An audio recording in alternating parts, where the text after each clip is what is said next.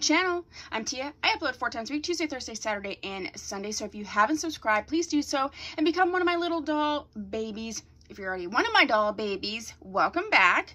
Today we are doing an update on this wig as well as a toning and dyeing update. The original review will be linked down below, and this is Miss Gigi from the wig. This is a lace front wig. She originally came in the color 4B612. And so you can see the full review and the deets and everything. I did tone her a little bit because I felt like she was slightly yellow.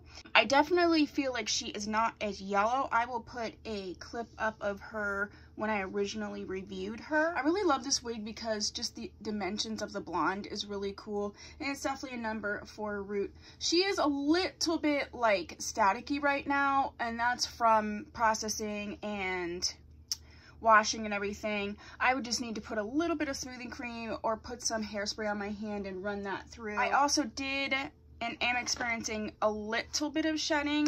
I can't remember if she shed before or if that's from me processing the wig. But it's not a ton and it's definitely slowing down, and this is a thick density wig anyway, as you can see. But I definitely love the color much better. The only thing that I noticed is there's hairs back here that are meant for it to not like mat up, and if you can see, those turned purple. They didn't like, it didn't tone them, it actually dyed it. So I'm not sure if those hairs back there are slightly different. Like, it doesn't necessarily matter, but I would probably cut those off just so that they don't poke out here and there. But other than that, I am happy. This is a great wig. I want to try some more from this company. She toned up pretty nice. So that's all I have for you. That's my update and my toning and dyeing update.